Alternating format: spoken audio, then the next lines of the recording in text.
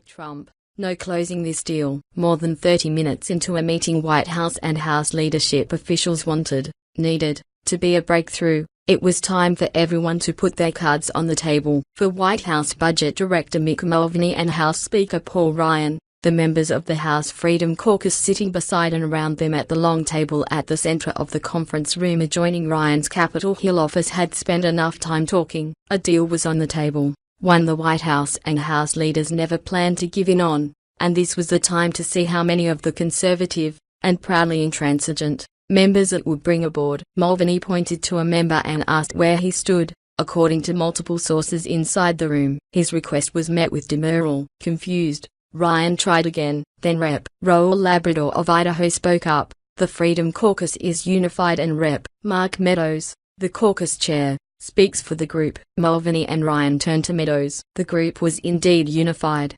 Meadows told them, and they were still a number. Trump's art of no deal. Find someone to blame. It was a gut punch moment for White House and leadership officials who'd knowingly risked the bill's fate by offering a compromise to the group, but were convinced it would be enough to start quickly picking off members, one by one. Steve Bannon, President Donald Trump's chief strategist, was furious and confronted the group. There would be no more negotiating, he said. But Thursday night, as the men who could make or break the Obamacare repeal effort stared back at one another across the table, the realization was hitting many involved. There would be no deal. The GOP's long-awaited Obamacare repeal bill, the first big push of the new Republican era, was doomed. This story relies on accounts from more than 24 administration officials, congressional staffers and Republicans close to the healthcare process. It recounts the chaotic period of brinkmanship, improvisation and disappointment that unfolded as the Republican Party, yet again, but for the first time with its newly minted Republican president, turned against itself. The debacle raises a very real question as Republicans pledge to move on to other equally ambitious Trump agenda items, like tax reform, and even heavier lift than Obamacare. Can Republicans actually govern? What's next for Paul Ryan? At the White House, top Trump aides seemed stunned at the position they'd wound up in. 7 years and this is what we get, one senior administration official said. Really incredible. Privately, Trump's team seethed. In their view, the president had ventured far out on a limb. He'd pushed to change the provision to force all health insurers to cover crucial services like maternity care, mental health and prescription drugs. He guaranteed other promises in writing. In the West Wing, there was still determination to force a vote the following day, but optimism, that was in short supply. Less than 24 hours later, the issue Trump pledged to take care of on day one imploded upon itself. It was an epic failure for a young administration still feeling its way around through the Byzantine bureaucratic maze that is Washington, and a stunning defeat for a speaker who made his name as the wonk prince of the GOP. Speaking from the Oval Office on Friday, the president was careful to lay the blame on Democrats, whom he had neither engaged with nor expected to support the GOP's attempt to... Let me bring you back because you were sitting there. You've worked for a number of presidents on both sides of the aisle. What did you make of President Trump's response? It was delusional in some ways. I mean, I thought, why didn't Paul Ryan manned up? He took responsibility. This is a man who just shoved it off on other people and described things in ways that are, that are just misleading. I'm sure he'll get better at this. And I think it's also fair to say that a lot of presidents have stumbled. A lot of presidents have trouble in their first 100 days. Bill Clinton had trouble in his first 100 days. Bill Clinton had trouble. Jack Kennedy had his Bay of Pigs in the first 100 days. But I think when you add up the totality of it, you said this is the worst week of his presidency. I actually think this may be the worst 100 days we've ever seen in a president. Maybe it'll get better. But earlier this week, he had his credibility, took a direct hit over the wiretapping by the FBI director. And now his capacity is taking a direct hit. He came to us as the deal maker. His ultimate promise was that he was the deal maker and could make the system work.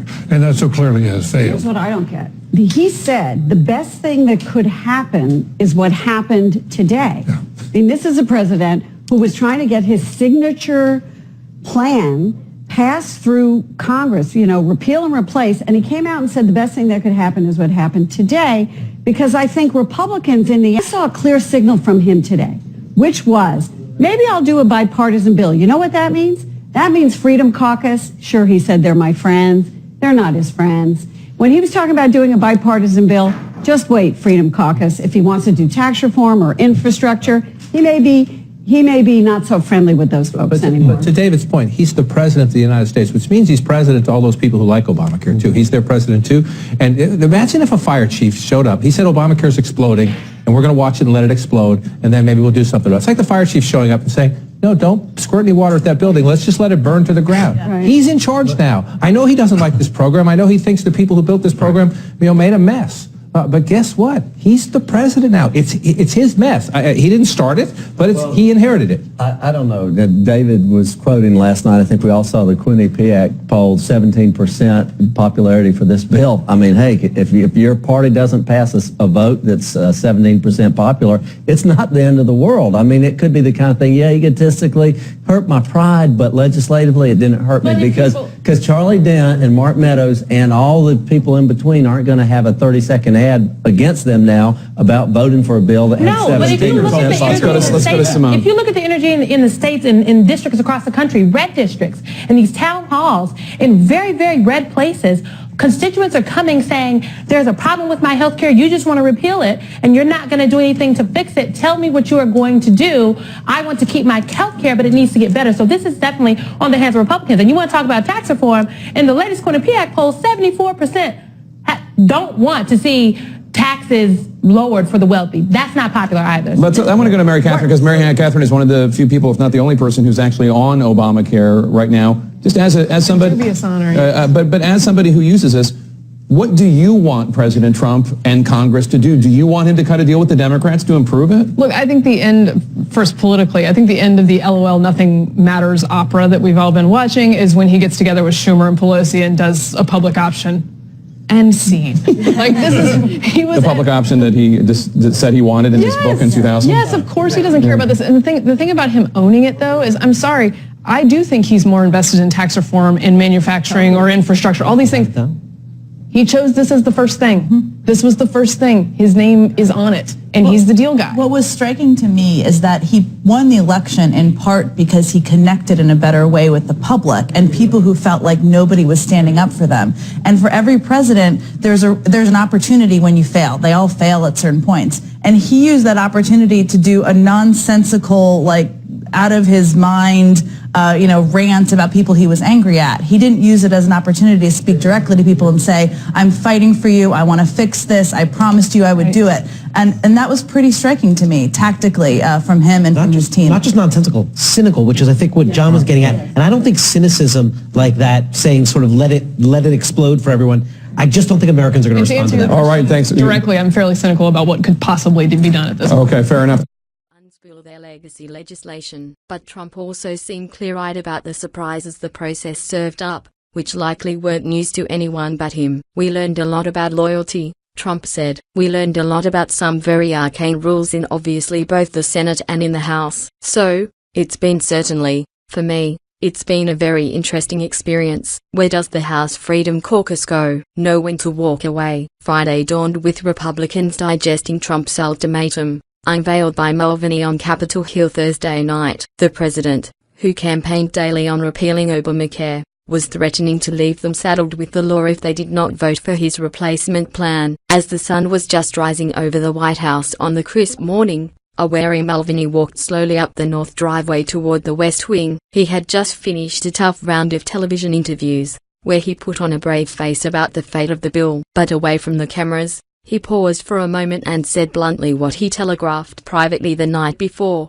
if it fails today, we're moving on. It was the decision of a boardroom titan who believes you have to know when to walk away to seal a deal. It turns out those bluffs don't always pay off outside the boardroom. The Freedom Caucus was standing firm, insisting the Trump-Ryan plan was effectively Obamacare Light, a new entitlement, simply swapping the Affordable Care Act's subsidies for tax credits. The White House and House leadership had inched their way in offering to repeal a key insurance mandate, but they wanted more: a repeal of Obamacare's entire insurance regulation infrastructure. Arrayed against them were the moderates of the Tuesday Group, who feared that the American Health Care Act represented a wrecking ball to their hopes of retaining their seats in less conservative territory during the midterm elections in 2018. Despite a raucous and, according to several people in the room, deeply emotional closed-door conference meeting the night before, By mid-morning on Friday, Ryan knew there was no way forward. Several sources involved in the process recounted. The Speaker approached Meadows on the floor at 10:30 a.m., nodding to the proclamation the night before. The Meadows was the sole spokesman for the Freedom Caucus. He asked him point blank, were he and his group still a no? Meadows' answer would doom the bill. Journey to the White House. Ryan decided it was time to head to the White House to deliver the bad news to Trump. His dash down Pennsylvania Avenue was immediately interpreted by lawmakers and reporters as a sign that the game was up. But Trump's spokesman, Sean Spicer, was putting on a brave face, chastening reporters for being so downbeat about the bill's prospects. "You guys are so negative," Spicer said. He appeared to be trying to boost his own spirits as much as anyone's during a particularly melancholy defense of the GOP healthcare bill's prospects in the White House briefing room. At that very moment, a few hundred feet away, Ryan was telling Trump the painful truth. Over lunch of grilled chicken, Brussels sprouts and twice-baked potatoes, Ryan got to the point. The ultimatum hadn't worked. Moderates, burned by the concessions to conservatives, continued to fall away, and they were actually getting further from the 215 votes they would have needed for passage. The president did not have the votes, and Ryan wanted Trump to agree to pull the bill from the floor. Hill GOP moderates sparked their leaders. Until that point, Trump had bought into the theory from his aides that it was time to smoke out disloyal members with a vote. The president wanted to know who would truly be on his side in the future. But Ryan countered, forcefully, that it was bad strategy. The Freedom Caucus had been the cause of much heartburn for the House Speaker, but forging ahead with a vote would expose the moderates, the very members the GOP needs to keep its majority. Freedom Caucus members wouldn't be punished politically for the vote. Most come from very safe districts. In fact, most, if not all, had run ahead of Trump in November in those districts. The members from swing districts would take the biggest hit. Trump said he saw Ryan's point, but there was one more meeting he wanted to wait on. Vice President Mike Pence and Health and Human Services Secretary Tom Price were on their way to talk with the Freedom Caucus one more time. Perhaps there would be a breakthrough. Beyond that, some Trump aides still believed a gamble on the House floor was worth the risk. Publicly, the White House continued to press for a vote, convinced that Republicans would balk at lining up with Democrats to effectively give Obamacare a lifeline. It wasn't so much about shaming members who would vote no so much as daring them to do so. One senior administration official said. Ryan was adamant the bill could not pass, but Pence, Bannon and Mulvaney were eager to force a vote. The vice president, whose political radar was honed by years in the House, was particularly convinced that if members were forced into a binary choice, the bill would pass. Has been working the phones and having in-person meetings since the American Health Care Act was introduced. He's left everything on the field when it comes to this bill. The president and congressional Republicans promised the American people that they would repeal and replace this broken system. Obamacare's Washington-driven, one-size-fits-all plan had 7 years to prove its case, and look what it's left us with. The president made it clear last night, this is it. What does happen if this doesn't? Well, as you were saying before, Sean Spicer says no plan B. I think the president will take a very close look at the people who voted for this and the people who voted against this, and he will remember who did that. But does he then continue to expend political capital trying to... Not on I think the White House said they're going to move on. This is it, and they're going to move on. They're going to try and do something that, in fact, the president has said, sort of mused about, well, maybe we should have done tax reform first, and I think they're just gonna move, and if they can at some point come back to this, would they? Yes, but I think you cannot overstate what an embarrassment and what a problem this is, not only for the President of the United States, who made the decision to go first on this, because after all, every Republican, as you point out, campaigned on this. They voted for it, a repealing of it over 50 times in the House, that they can't now get this through when it's real. The idea was to call their bluff, the senior administration official said, but House leaders and their top aides knew plainly that it was a gross misreading of the temperature on Capitol Hill. It was already too late. Tempers had been ratcheted to a breaking point by a week of draining internal GOP combat. Sentiment was boiling against the conservatives, whom were making Ryan's life as much of a misery as they had for his predecessor, John Boehner. I've never seen it as bad as this. People are very angry, and now you have a White House and president who are also very angry, one leadership aide said. Ryan, who, along with his trip to the White House, spoke with Trump by phone 3 times on the bill's final day, knew there was no chance. At 3 p.m. on Friday, Ryan made the case once more. The votes weren't there. Taking the vote to the floor would prove to be a damaging loss. Even with some of Trump's most trusted aides still itching for a vote, Ryan broke through to the president. Trump gave Ryan the green light to pull the bill. The aftermath: Republicans got the news after they were called from the floor for a conference meeting. They filed out quietly afterward, with glum faces. Most just walked by reporters, headed for Friday night flights back to their districts, where they would have to explain their failure to deliver on the most fundamental, oft-repeated promise in successive elections. There was not much that Ryan could say. "I will not sugarcoat this. This is a disappointing day for us. Doing big things is hard. All of us, myself included, we will need time to reflect on how we got to this moment, what we could have done to do it better," he told reporters. Then Ryan reached for an explanation that might just leave open the possibility that the Obamacare drama may be a learning experience for his troops. "We were a 10-year opposition party, where being against things was easy to do. You just had to be against it," Ryan told reporters. "And now in 3 months' time we tried to go to a governing party where we actually had to get 216 people to agree with each other on how we do things. And we weren't just quite there today," he said. He left the most relevant question to his caucus unanswered. "Are we willing to say yes to the good, the very good, even if it's not the perfect?" he said. Trump remains. One key player in the drama is staying in town. As Trump settled in for a rare weekend in Washington, his aides were going over just what happened and asking themselves how they could have prevailed. They fumed at the Freedom Caucus Republicans who made it impossible for a GOP speaker to govern effectively. One senior official said the West Wing may have underestimated how deep the animosity is in the Republican conference. But publicly Trump offered only kind words for Ryan. He worked very, very hard, and held his fire on the Freedom Caucus. The president, in a rare show of discipline, speaking briefly with reporters from the White House afterward, ventured only so far as to say, "I'm disappointed because we could have had it. So I'm disappointed. I'm a little surprised, to be honest with you." The political impact of Friday's House GOP meltdown is clear. Trump will almost certainly wrap up his first 100 days in office next month without a significant legislative achievement. If Trump's ego was bruised, his aides aren't letting on. "He's doing great,